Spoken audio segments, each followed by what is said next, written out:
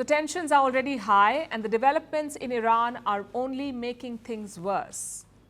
This week, we saw 2 bomb explosions. More than 80 people died. A blame game followed. And then last night, a statement was released. It came from the Islamic State. They took responsibility for the attack in Iran. And the statement was detailed. It was released by the ISIS media wing, and it had specified operational details, like who carried out the bombings, how the attack was orchestrated, and even a warning for Iran. The ISIS used 2 suicide bombers for the attack. They were brothers.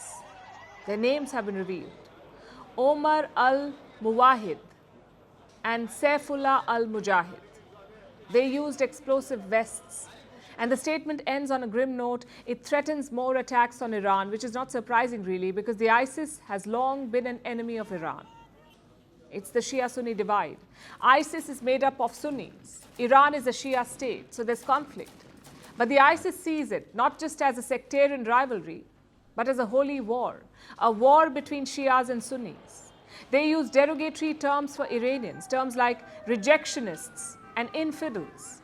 In 2019, the ISIS was dismantled in Syria, but not all of their terrorists were eliminated. The group splintered into several smaller groups, and they spread out across the region. Now they operate in a clandestine manner. The ISIS has targeted Iran repeatedly. The first attack was in 2017. That's when the group targeted Iran's parliament and the mausoleum of Ayatollah Khomeini, the first supreme leader of Iran. The twin bombings announced the arrival of ISIS. And since then, they haven't left. They've struck Iran repeatedly. Tehran has thwarted many of these attacks, at least a dozen of them over the years. But this week, they failed. Iran did not see it coming. And when the bombs went off, they blamed Israel for it, even the United States. Washington rubbished the charge. It says there is no doubt that this is an ISIS attack. We have seen the public credit now that ISIS-K has taken for the attack in Iran. We're certainly in no position to doubt that claim by ISIS-K. After the ISIS statement, the Iranian regime is likely to tone down its rhetoric because at this point, ISIS presents a far bigger challenge.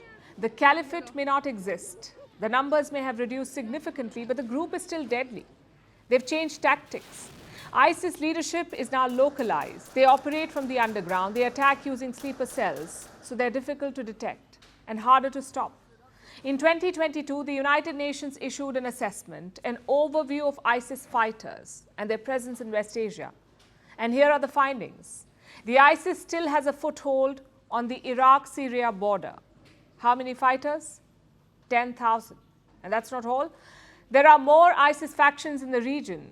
The ISIS-Khorasan is one of them. It is active along Iran's borders with Afghanistan and Pakistan, the Khorasan province, as it used to be. And what is their strength like? Anywhere between 4,000 to 6,000 fighters. The ISIS has a presence in Egypt as well. They're active in the Sinai province with 800 to 1,200 fighters. Also in Libya and Yemen, but the group has a weaker presence there. The attack in Iran could change some of that. It could boost recruitment and embolden existing members to plan more ambitious attacks. So Tehran is doubling down on security, paying more attention to the borders, especially the Afghanistan-Pakistan border. That's their focus. The movement of people is being carefully watched. Tehran could even decide to limit the traffic. Clearly, they're on the edge. Iran wants to contain the ISIS. It cannot afford another escalation. Neither can the region.